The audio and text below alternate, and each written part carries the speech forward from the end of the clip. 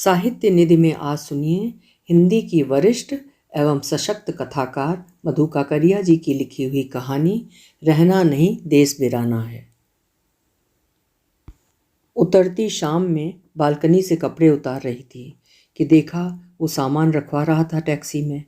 नीचे वाली आंटी और सरदार जी अंकल हाथ हिला रहे थे। घर की बूढ़ी मैरी भी छोड़ने आई थी बाहर तक। उसकी हथेली पर भी जाते वक्त कुछ नोट धर दिए थे उसने। 10-10 के कुछ नोट चमक रहे थे। ऊपर से अच्छी तरह नहीं देख पा रही थी। एक बेमतलब सी महीन एवं कोमल सी उदासी छा गई थी मन पर, जो किसी भी थोड़े बहुत आत्मीय को भी दूर जाते देखकर छा जाती है। या कहिए हर उसके लिए जिस किसी ने भी आपके निस्संग जीवन में कुछ क्षण हंसते बोलते गुजारे हों, सुख दुख की बतकही की हो आपके साथ। फिर वो दीप ज्योति तो कलकत्ते से ही नहीं, इस देश की सरहद से भी बाहर जा रहा था, शायद एक लंबे अरसे के लिए।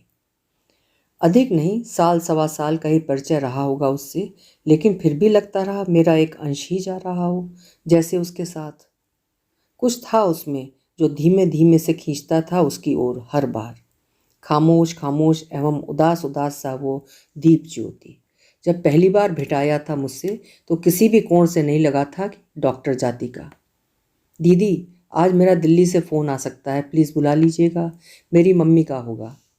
हर 3-4 दिन में एक बार या तो मैं करता हूँ या वे कर लेती हैं। जब तक आवाज़ नहीं सुन लेती चैन ही नहीं पड़ता उनको। मेरी आंखों में उठते प्रश्न चिन्ह को भांप कर फिर खुलकर कहने लगा था। दिल्ली से आया था डॉक्टरी की पढ़ाई के लिए। यूँ तो पिछले 3 सालों से हॉस्टल में ही रह रहा था। साल भर से आंटी का पता लग गया। जी, बरेली में पास पास ही मकान थे पापा के और आंटी के, तो बीच बीच में छुट्टियों में नीचे भी रहने आ जाता हूँ। मम्मी अकेली रहती हैं दिल्ली में, घबरा जाती हैं। और शाम को ही फ़ोन था उनका, एकदम ठिठकी ठहरी कपकपाती सी आवाज़। ज़रा नीचे से बुला दीजिए दीप को, 2 मिनट फिर बाद मिलाती हूँ। Line cut. बुलाने की ज़रूरत ही नहीं पड़ी थी। देखा वो खुद ही ऊपर चला आ रहा था।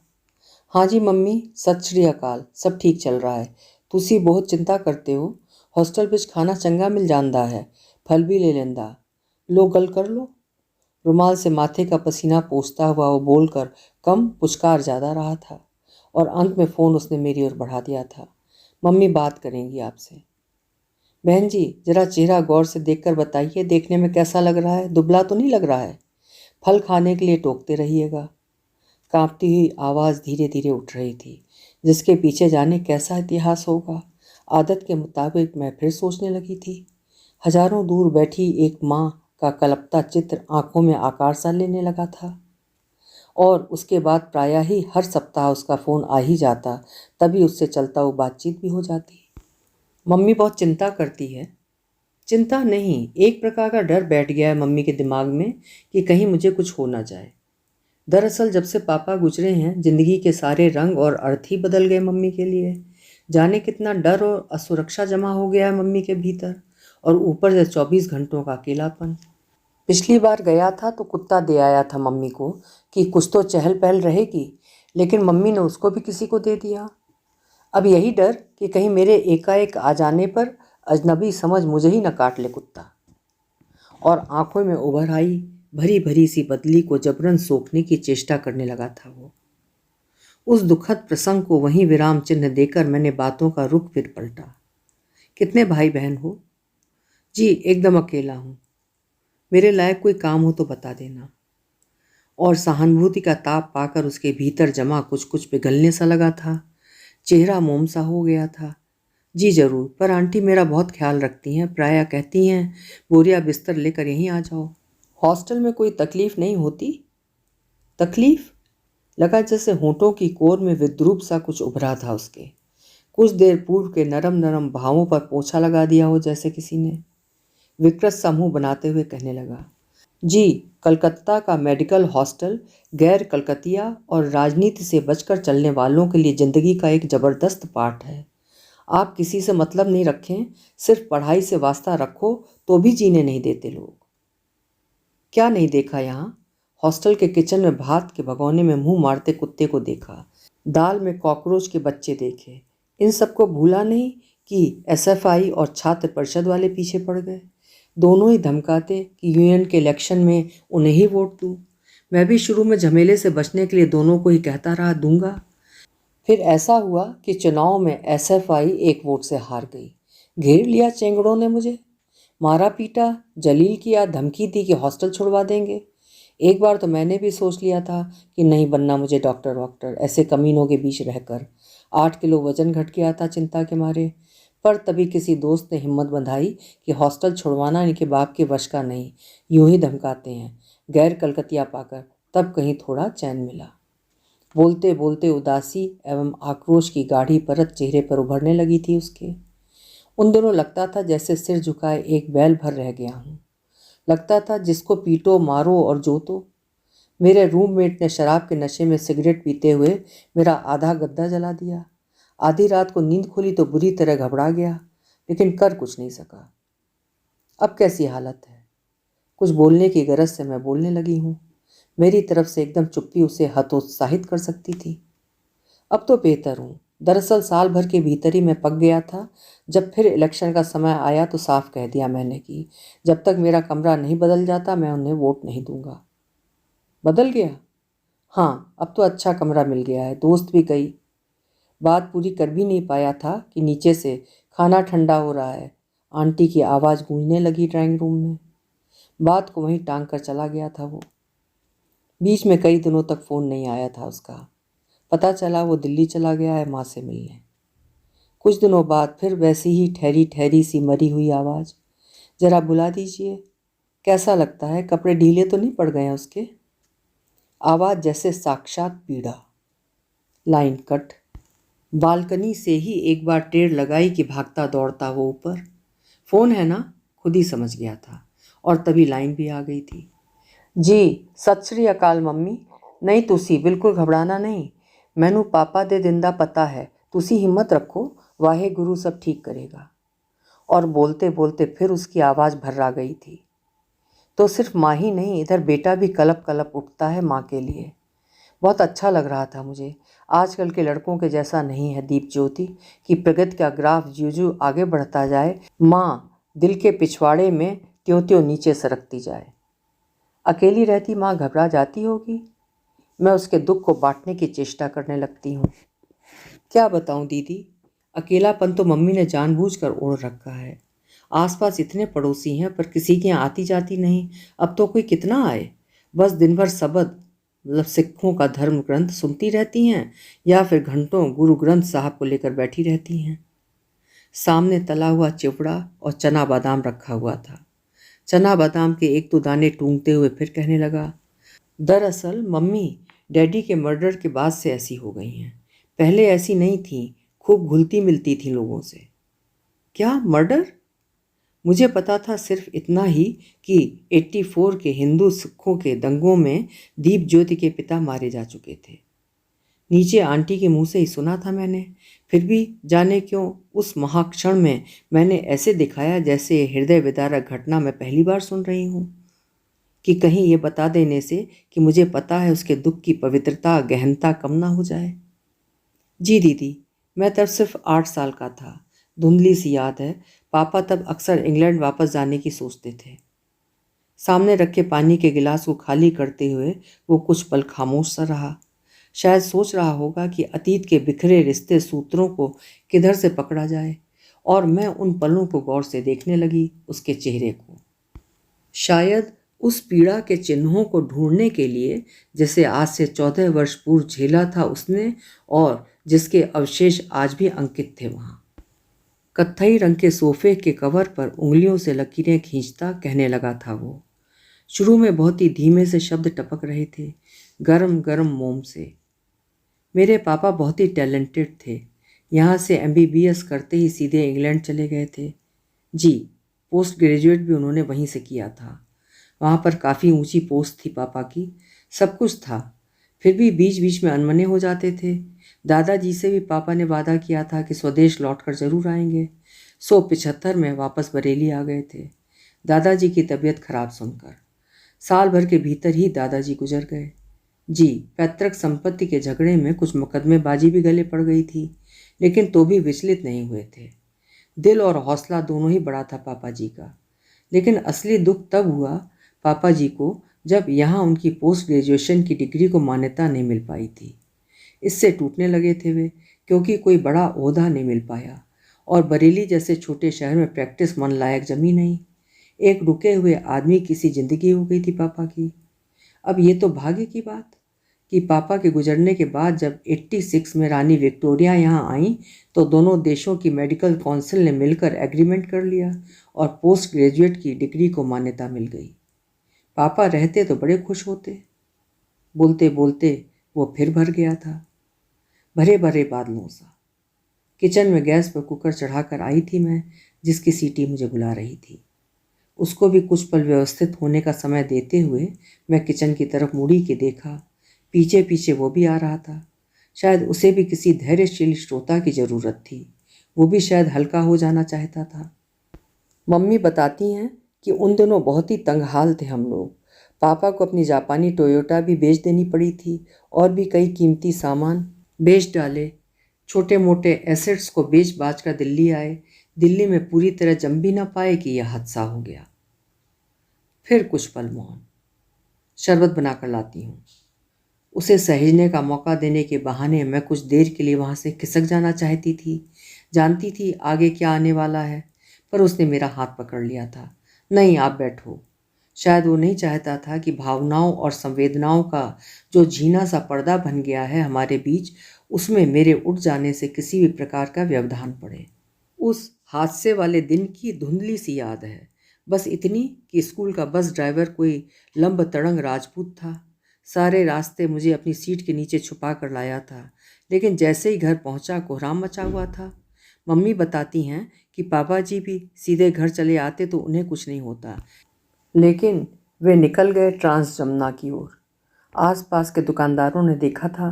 एक ने अपनी शॉल दी थी जिससे पापा जी अपनी पगड़ी छिपा लें। कहते हैं उसी शॉल में लपेट कर ले गए थे पापा जी को दंगाई। बाद में वे नहीं, बस उनके समाचार आए और बोलते बोलते वो एकदम खामोश हो गया था, जैसे सितार का तार टूट गया हो। आंसुओं से तरबतर चेहरा और निशब्द क्रंदन करता वो 22 वर्षीय युवक। उस क्षण की महाचेतना से पराभूत मैं कुछ भी सांत्वना नहीं दे पाई थी उसे। सोफे के एक ओर वो था, असाधारण रूप से शांत या अशांत, और दूसरी ओर मैं। कुछ दिन पूर्व की पढ़ी एक फ्रांसीसी पुस्तक का एक पृष्ठ मेरे अंदर फड़फड़ाने लगा था। बुरे अनुभवों को रेत पर लिख दें और अच्छे दयापूर्ण अनुभवों को संगमरमर पर खोद लें। मन किया उसे कहूँ, लेकिन फिर हिम्मत नहीं जुटा पाई। जिस दुख ने उसकी आत्मा में सुराख कर दिया था, क्या इतना ही आसान है उसे भुलाना? नीचे आंटी आवाज़ पर आवाज़ दिए जा रही थी, खाना लग गया है। और उस दिन पहली बार देखा, बिना नमस्कार किए ही वो चला गया था, खामोश खामोश सा, रिश्ती पीड़ा लिए। इस बीच ढेर सारे दिन निकल गए। कभी बालकनी में कपड़े सुखाते, कभी बाजार के लिए निकलते मिल जाती आंटी तो दीप ज्योति की खबर भी मिल जाती। दिल्ली चला गया है, हॉस्टल में जमकर पढ़ाई कर रहा है, एग्ज़ाम चल रहे हैं। टुकड़े टुकड़े खबरों में से जो भी वृत्त बनता वो यही कि उसने अपने आप को पूरी तरह आने वाले एग्ज़ाम के लिए झोंक दिया है। और एक दिन करीब साल भर बाद सब्जी लाने के लिए बाहर निकल रही थी। दरवाज़ा खोला ही था तो देखा वो खड़ा है, मंद मंद मुस्कुराता, शर्माता सा। नमस्ते दीदी, आज इतने दिनों बाद कैसे हुए एग्ज़ाम? अब तो रिज़ल्ट भी निकल गया है, अपने कॉलेज में रैंक कर रहा हूँ, गोल्ड मेडल भी मिला है, और सबसे बड़ी खबर कि अगले सप्ताह कैलिफोर्निया जा रहा हूँ। वहाँ की मेडिकल काउंसिल से बात पक्की हो गई है, परसों दिल्ली के लिए निकल जाऊँगा। कुछ कुछ गर्वित सा बोल रहा था वो। कैलिफोर्निया? कितने सालों के लिए? क्या बताऊँ आंटी, वैसे लौट कर भी शायद ही आना हो। वो बोलते बोलते फिर भावुक सा हो गया था। लेकिन पीछे तुम्हारी मम्मी, वे रह जाएंगी एकदम अकेली। लगा जैसे मैंने उसकी कमजोर रग पर उंगली धर दी हो। ममता के पके तरल तरल एवं भावदार शब्द टपकने लगे थे उसके होठों से। 5 साल तक तो ये दुख झेलना ही पड़ेगा मम्मी को, जब तक कि मुझे ग्रीन कार्ड नहीं मिल जाता। फिर तो बुला लूँगा। एक बात मेरे अंदर घुमड़ घुमड़ रही थी, पूछूं नहीं पूछूं का अंतर्द्वंद चलता रहा जाने कितनी देर। हिम्मत की आखिरकार पूछ ही डाला, बहुत ही पुचकारते शब्दों में। एक बात बताओ दीप ज्योति, क्या तुम्हें नहीं लगता कि जिंदगी की जानी हुई और सुरक्षित रोशनी में जीने का जो सुकून और मज़ा है वो अनजान देश की सड़कों पर कहाँ है? कि खनकते सिक्कों के शोर में क्या अपनी माटी की गंध और पुकार अनसुनी हो सकती है? लगा मेरी बात ने एक बार जड़ से हिला दिया था उसे। बहुत कड़वा निवाला निगलने के से पीड़ा के भाव छा गए थे मुंह पर। ठुड्डी पर हाथ धरे विचार मग्न मुद्रा में बैठा रहा बहुत देर, जैसे मेरी बात का अर्थ धीमे धीमे भीतर उतार रहा हो। बोलने की चेष्टा में आंखें सिकुड़ सी गई थी उसकी। दूर देखता हुआ कहने लगा, जानती हैं दीदी, औरों के नहीं जानता जिन्हें विदेश की भूख के आगे यहाँ का अच्छा कुछ दिखता ही नहीं, पर मुझे तो हर पल यही लगता है कि खुद को देश निकाला दे रहा हूँ। माँ यहाँ, मैं वहाँ, पता नहीं कैसे जी पाऊँगा। पर नहीं जाऊँ तो भी मुझे चैन नहीं पड़ेगा। पापा का हाल सुन चुका हूँ सबसे। शुरू शुरू में यहाँ आए थे पापा तो मंत्र मुग्ध से रहते थे कि यहाँ की माटी में अकेलापन जैसी भयावहता पनप ही नहीं सकती। यहाँ तो आदमी अपने आप फैलता जाता है। मंदिर, गुरुद्वारा, गंगा स्नान, तीर्थ, सब कुछ से सहज ही जुड़ता जाता है। यहाँ बुढ़ापा ओल्ड हाउस की मनहूस छाया में नहीं, वरन बाबा दादा जैसे गरिमा में शब्दों की गूंज में कटता है। यहाँ की संस्कृति सबको जोड़ कर चलती है, न सही कोई जान पहचान। जय राम जी की या सत श्री अकाल बोल दीजिए, लीजिए, जुड़ गए आप। जिस दिन पापा बरेली में उतरे कि अनजान पड़ोसी के यहाँ से भी प्रसाद लेकर कोई आ गया था। अभिभूत हो गए थे पापा। बरसों लग जाते हैं इंग्लैंड में और ऐसी आत्मीयता नहीं बन पाती, और वो भी बिल्कुल सहज एवं स्वाभाविक ढंग से। गदगद रहते थे पापा यहाँ की जीवन शैली और संस्कृति से। लेकिन जब बाद में दिल्ली में जम नहीं पाए तो उखड़ गए थे पापा, विशेषकर जब अपने से भी कम प्रतिभा वालों को तिकड़मबाजी से धन और सत्ता दोनों को हथियाते देखते। मम्मी बताती हैं कि उन दिनों पापा के एक यहूदी मित्र थे जिनके पत्र पापा के लिए बहुत बड़े संबल थे।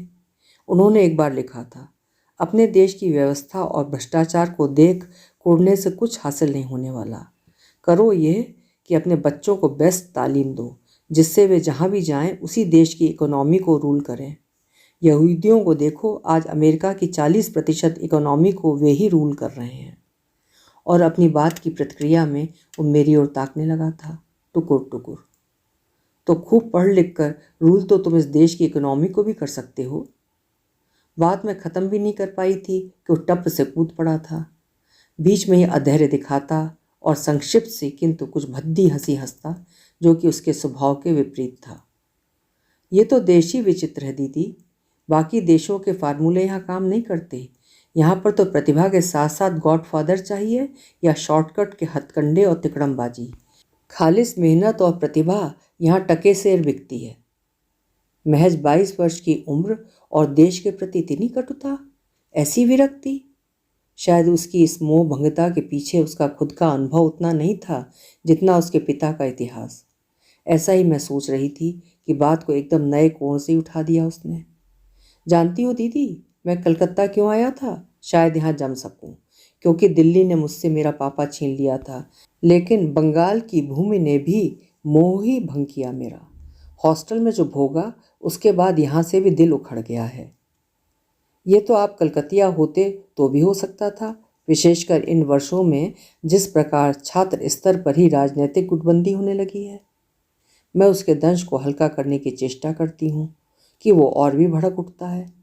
जाने कितने ज्वालामुखी दुबके बैठे थे उसके कलेजे में कि लफ्फाजी की हल्की सी छेड़छाड़ हुई नहीं कि पलटवार करने को उतारू, मरने मारने को तैयार। क्या क्या गिनाऊं? 1947 के दंगे में चाचा का कत्ल किया जाना, चाची का विक्षिप्त हो जाना, मौसा जी के बेटे का बिना अपराध टाडा में गिरफ्तार कर लिया जाना, उसे 2nd डिग्री तक का टॉर्चर दिया जाना। जानती हैं, पहली बार कानपुर में माचिस फिल्म दिखाई जा रही थी तो पूरा हॉल सिसक पड़ा था। अधिकांश सिख थे, सबके घाव हरे हो गए थे। क्या नहीं सहा इस कौम ने। अब ये देश अपना सा नहीं लगता। बोलते बोलते खाली कटोरे सा उसका चेहरा फिर उदास, रक्त रंजित और चुप चुप सा हो गया था। मैं जानती थी कि मैं उसे किसी भी प्रकार सांत्वना नहीं दे पाऊंगी, क्योंकि 20-22 वर्ष की उम्र में ही उसने वो सब कुछ देख लिया था जिसने एक पूरे देश को ही उसके लिए नकारात्मक उपस्थिति बना दिया था। पैंट की जेब में सफ़ेद रुमाल निकाल कर चश्मे को पोंछते हुए वो मुझसे जाने की आज्ञा मांग रहा था, दोनों हाथ जुड़े हुए। मैं उसे बहुत देर तक रोकना चाह रही थी, क्योंकि मुझे पता था कि उसे शांति वहाँ भी नहीं मिलेगी, क्योंकि देश जितना उसके बाहर था उससे कहीं ज़्यादा फैलाव लिए उसके भीतर पसरा पड़ा था। हिंदू सिखों के 84 के दंगे की बात करते हुए, या हॉस्टल में हुए अपने प्रति दुर्व्यवहार को याद करते हुए, या टाडा में गिरफ्तार अपने मौसेरे भाई की बात करते हुए, मैंने गौर से देखा था उसकी आंखों में। वहाँ जो जलवे थे वे यही कह रहे थे, चीख चीख कर, कि उसे शांति यहीं मिल सकती थी, क्योंकि किसी भी रूप में सही वो यहीं से, इसी मिट्टी से शिद्दत से चिपका हुआ था। तो चलूं? चिट्ठी लिखूंगा आपको, आप भी कभी कभी मम्मी से बात कर लिया करना। वो मुझसे जानने की आज्ञा मांग रहा था। मेरी आर्द्र और तरल हुई आंखों को देख उसके भीतर भी शायद कुछ उमड़ने घुमड़ने लगा था। नेह से देखता, मुझे सांत्वना देता सा कहने लगा, जानता हूँ दीदी, इस प्रकार अपने देश से प्रतिभा को खाली होते देख सभी को दुख होता है, लेकिन मैं देश की प्रतिभा के बाहर जाने से इतना दुखी नहीं हूँ जितनी कि एक कलपती माँ के इकलौते बेटे के दूर चले जाने से। मैं अपनी बात स्पष्ट कर देती हूँ। हिल गया था वो, वार शायद उसकी जड़ों पर था। जमीन की ओर देखते हुए धीमे धीमे शब्दों में कहने लगा, मैं मौज मस्ती के लिए नहीं जा रहा। मैं तो मोह भंग के कारण दुखी और विरक्त होकर निकल रहा हूँ यहाँ से। मेरी इच्छा रिसर्च में स्वयं को मैक्सिमाइज करने की है, पर यहाँ रिसर्च लायक सुविधा मिलने की नहीं मुझे। यहाँ तो सालों निकल जाते हैं, पीएचडी तक नहीं मिलती। यहाँ रह जाऊँगा तो भी पापा की तरह एक रुका रुका सा आदमी भर रह जाऊँगा। जानती हैं, मेरे एक दोस्त के मौसेरे भाई ने मुझसे कहा था, यहाँ अंग्रेज़ों से लेकर आज तक सियासत की सारी ऊर्जा, कार्य पद्धति, चेष्टा एक फार्मूला से निकलती है, और वो है create the minority, make it militant, divide the country and rule the world. उनकी बात सुनकर जो कुछ धुंध की शक्ल में था अब विश्वास में बदल रहा है। इस कारण रहा सहा भी उठ गया है यहाँ से। यूँ मम्मी के लिए भी कम दुखी नहीं हूँ, उन पर तो गाज ही गिर पड़ेगी। अभी तो फिर भी इंतज़ार है उनके जीवन में, लेकिन बाद में। और सहसा वो सिसक पड़ा था। देश की युवा शक्ति का क्रीम गोल्ड मेडलिस्ट रैंकर मेरे सामने था, देश को नकारता हुआ, मायूस और सिसकता हुआ। क्या कहती मैं उससे कि तुम जाओ खूब आगे, वहाँ सुखी और चैन से रहो। लेकिन मैं ये भी कैसे कहती उसे, क्योंकि मैं जानती थी शांति और सुकून उसे वहाँ नहीं मिलेगी। उसकी आत्मा वहाँ भी कल्पेगी। सरहद पार से गए किसी भी प्रवासी की तरह वो भी पूछेगा, किसी अमरूद के पेड़ के बारे में, किसी पुराने यार के बारे में, पकवान बनाते किसी हाथ के बारे में, किसी की मुस्कान के बारे में। एक प्रवासी ने मुझे बताया था कि विदेश जाने पर उसे प्रायः हर रात गांव का अपना कुआं स्वप्न में दिखाई देता था, और प्रत्येक सुबह उसकी आंखें जब तब दिल्ली का तापमान जानने को उत्सुक रहती। दीप ज्योति भी इसी प्रकार छटपटाएगा। उसकी आत्मा में गहराई तक ठुकी मातृत्व की कील, यहाँ की दुखद सुखद स्मृतियों के दंश, इन सब से वो इसी प्रकार जुड़ा है जिस प्रकार समुद्र से खारा पानी। और इन सब से ऊपर उठना भी उसके लिए नामुमकिन था, क्योंकि उसका एहसास, उसकी महसूस करने की शक्ति, उसकी संवेदनशीलता, सभी कुछ अभी जिंदा थी। अभी आप सुन रहे थे मधु काकड़िया जी की लिखी हुई कहानी रहना नहीं देश बिराना है।